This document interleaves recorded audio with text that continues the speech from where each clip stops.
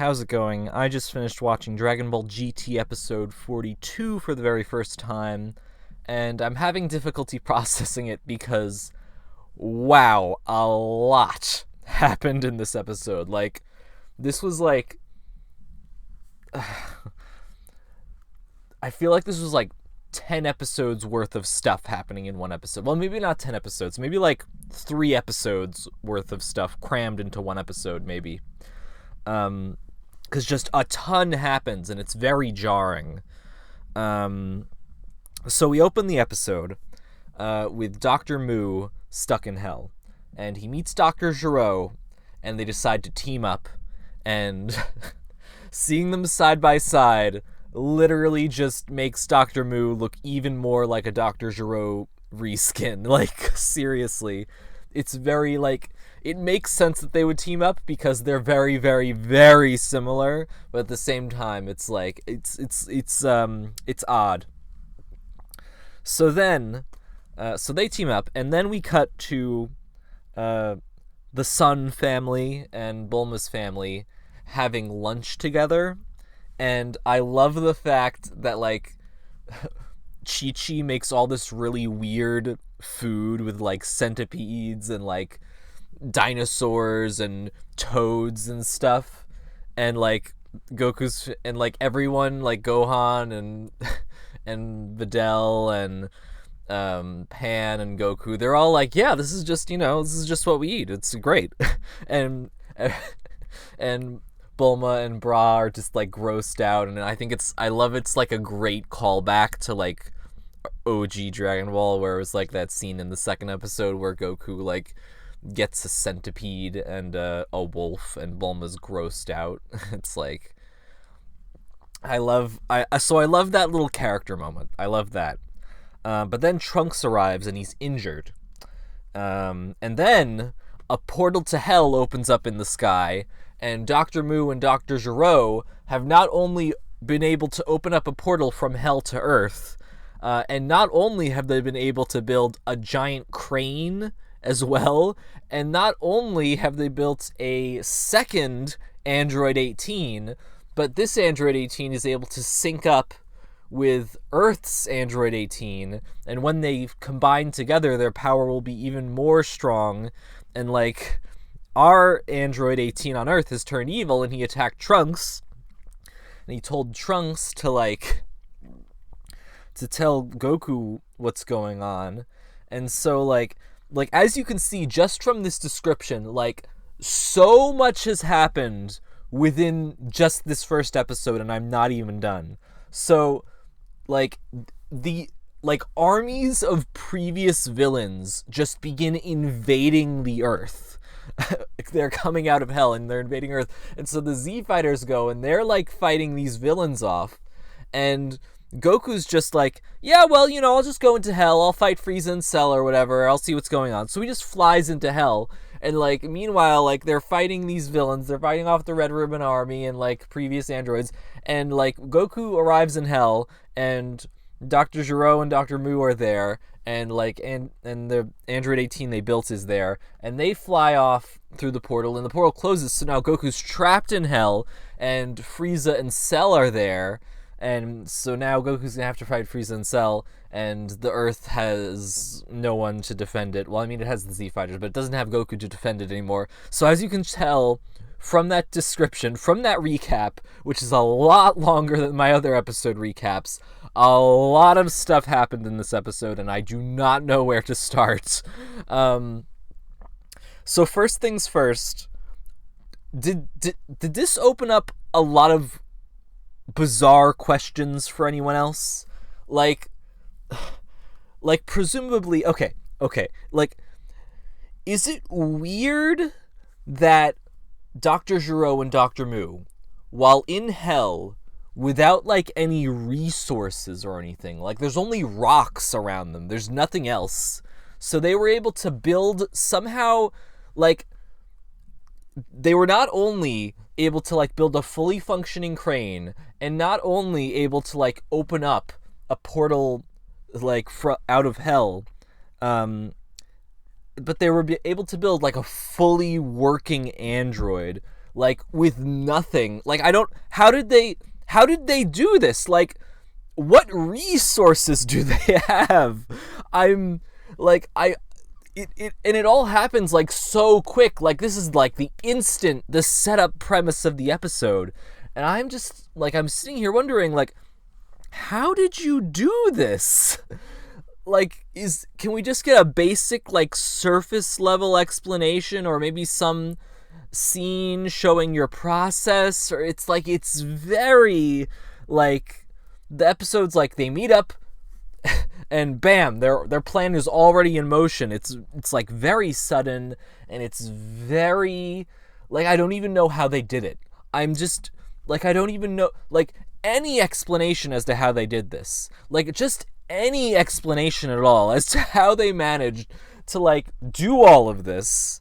And it's even more confusing because like it's weird because like it's this like they built these physical things in like hell, which I don't know, like heaven and hell have already really been like really physical places in Dragon Ball, but I always like I'm wondering like it's weird because like it's just like I just want any explanation as to how this happened. It's very out of nowhere, and like the pace of it, like in a normal Dragon Ball arc, this would be like the end of this episode would be like at least a few episodes in. Like we would have our build up, and we would have our the villains might like take their time, and like they might set up the characters and everything. And like it all just happens so fast, especially like for Dragon Ball. This is really fast for a Dragon Ball arc. Furthermore, it's really odd that they chose to reuse old villains. You know what I mean? Like it's weird that they that like cuz normally with Dragon Ball it's like okay, our previous villain is taken care of. Now we move on to a new villain, a new threat. But with this, it's entirely recycled elements. And between the really fast pace and the fact that it's entirely recycled villains, this really feels like a filler arc to me. Like, this does not feel like... This feels more like especially because of the really fast pace, this either feels like a filler arc or like an original movie or an OVA or something. You know what I mean? Like it doesn't feel like I don't feel like I'm watching the next canonical official big arc to come out of Dragon Ball. I feel like I'm watching either maybe an arc that was made to go in between arcs, or like maybe a movie, or as I said, an OVA, like something like it feels like it feels like filler to me. Like I don't know what other way to describe it, and it's like it's those combination of factors which really make it so it's weird why they would choose to do this. Like it feels like they had to rush it, or at least like from the immensely quick pace. That's what I felt. And I don't know why they chose to do it this way. It's very unusual. Especially because, you know, like, even with GT, they've taken their time setting up the arcs and going through them. But I feel like we're already in, like within one episode, I feel like we've been thrown into, like, the middle of an arc as opposed to starting out at the very beginning. And... it's like, I want to give some prefaces to my mindset in this episode, because after finishing the baby arc, as you know, I did overall like the baby arc, but I was quite harsh on it, I feel, maybe compared to other people, I don't know. Yeah, I give such definitive answers, guys. But anyway, after finishing it, after like some time to reflect on it, I felt like I might have been more harsh than I should have been on the baby arc, because I think I need to acknowledge that sitting down and watching an episode and then stopping in order to record my thoughts and review of it is a very different process than I have hiccups right now. I have hiccups and I'm trying to do a this is the worst time to get hiccups, I'm sorry, but basically sitting down and stopping the episode and stopping that process in order to record this is very different from just sitting down normally in order to watch the show. And I might have to pause, stop the recording, because these hiccups are really getting in the way. I'm doing my best to suppress them, but it's difficult. But anyway, if I were to sit down and just watch the show, just binge through some episodes without doing any recording, I feel like I would have a much more positive outlook towards it. But because I have to stop and record, and it becomes more so work than it does casual pleasure, I think it makes me more negative towards the show when I get a bad episode, or maybe an episode that's not as good. You probably heard a hiccup just there. Again, I'm doing my best here. This is the worst time to get hiccups. I'm doing my best. Oh, there was one. I'm doing my best here. So, oh, Lord, I might have to stop this review. So, when I went into this episode, I went into it with trying to have a positive mindset. I wanted to have an open mind. I wanted to go in and enjoy it. It was a fresh blank slate. It was a brand new arc.